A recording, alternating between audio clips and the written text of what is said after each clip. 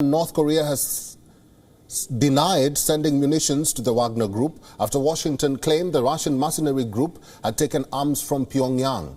National Security Council spokesperson John Kirby said that in November, North Korea delivered infantry, rockets and missiles into Russia for use by Wagner. Adding concerns of similar future shipments, Kirby said that the action stands in direct violation of the United Nations Security Council resolutions and that it would announce further sanctions on Wagner.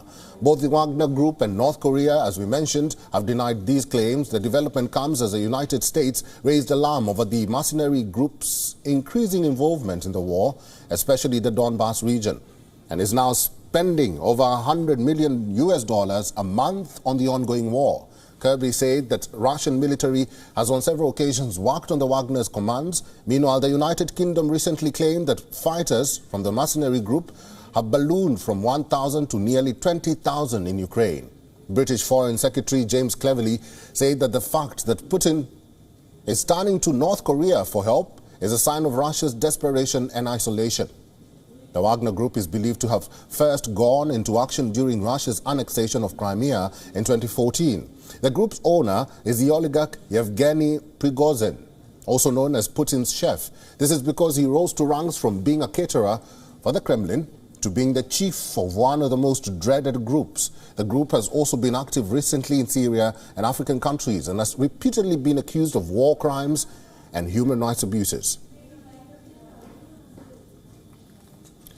Lieutenant Colonel Daniel L. Davis is a senior fellow and a military expert for defense priorities. Daniel, thanks very much for staying on. What could have necessitated the United States to claim that North Korea has supplied weapons to Russia's Wagner group? What's the connection? Yeah, I think that probably what they're doing is just trying to put pressure globally on Russia to try to in some way shame them or so, to if there's any way that they can reduce that, perhaps if they think that by making this public that North Korea will stop shipments to it. But look, I don't think that's going to happen. This is just, you know, Russia doing whatever it can to get weapons, just like Ukraine's doing. I mean, honestly, you know, we've got the United States is given, you know, close to $100 billion. You have 50 nations, you know, helping Ukraine. So it's not surprising at all that Russia is also trying to get help from some of its, you know, allies or friends. You see that both North Korea and Iran in recent days has been given both drones and missiles. So there's nothing surprising about this, and I don't expect it's going to stop. But why is the U.S. and United Kingdom alarmed by the presence of Russia's Wagner mercenaries in North Africa especially?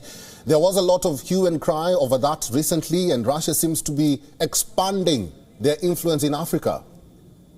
Yeah, and I think that's really the heart of what the problem is, that because the Wagner Group has expanded its operations into you know, not just within the Ukraine war, but also in Africa and in the Middle East. And I think that there's some alarm in the West because they see that the Wagner Group is becoming more professional and more effective. And I don't think that they want to see, the West doesn't want to see their capabilities expand, especially around the world. They'd like to see that contained. And I think that they're concerned about it.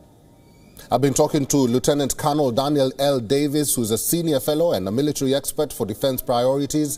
Thank you very much for giving us time today. Always my pleasure. Thank you. WION is now available in your country. Download the app now and get all the news on the move.